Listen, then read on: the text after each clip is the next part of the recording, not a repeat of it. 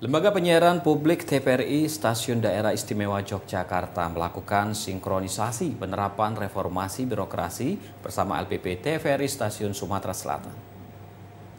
Hal ini dilakukan guna terwujudnya tata kelola yang baik, berintegritas tinggi, dan meningkatkan kepercayaan publik.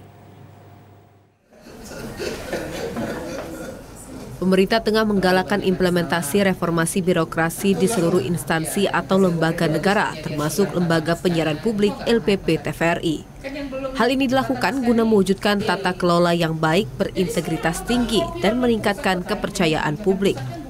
Adapun reformasi birokrasi melalui penerapan sistem kerja baru efektif diberlakukan di LPP TVRI seluruh Indonesia pada Juli 2022 lalu.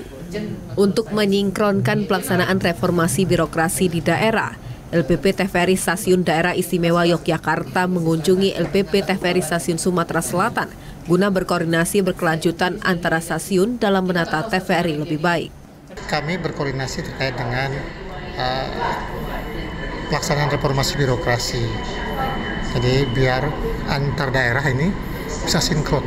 Jadi karena perjalanan kita masih panjang ya terkait dengan reformasi birokrasi dan perlu saya rasa koordinasi antar stasiun untuk menyamakan persepsi tentang RB ini.